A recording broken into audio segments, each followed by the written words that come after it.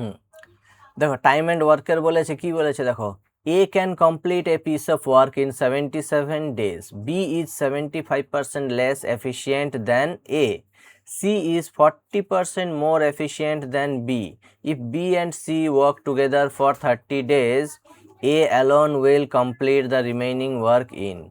বলেছে এ একটি কাজ 77 দিনে সম্পন্ন করতে পারে, বি এর কর্মদক্ষতা বলে দিচ্ছে এর চেয়ে 75% কম, আর সি এর কর্মদক্ষতা বি এর চেয়ে 40% বেশি। যদি বি ও সি একত্রে 30 দিন কাজ করে তবে এ বাকি কাজটি সম্পন্ন করবে কত দিনে? তাহলে আগে দেখো এফিসিয়েন্সি রেশিও বের করি। যদি এ বলে এ কে আমরা 100 ধরি, বি কত বলেছে 75% লেস এফিসিয়েন্ট দেন এ, মানে এখানে 25 হবে।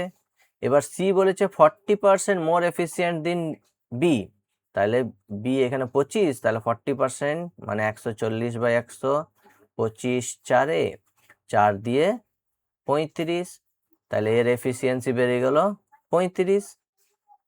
এবার কি দেখো, A can complete a piece of work in 77 days, মানে ডেজ বলে দিয়েছে 77 days আর এফিসিয়েন্সি 100, তাহলে ওয়ার্ক কত হবে? Work equals to efficiency into time. তাহলে এফিসিয়েন্সি 100 আর টাইম বলেছে 77, তাহলে টোটাল ওয়ার্ক কত হয়ে যাচ্ছে? 7700।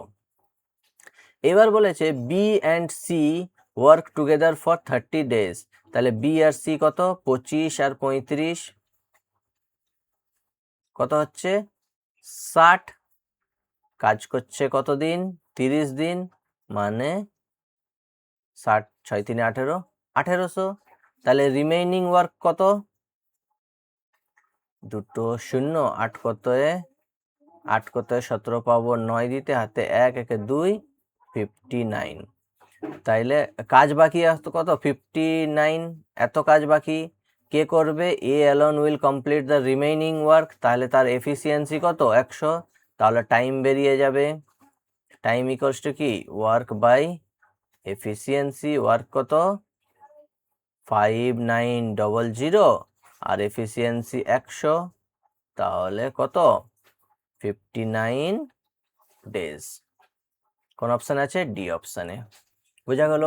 একটু ভালো প্রশ্ন এটা।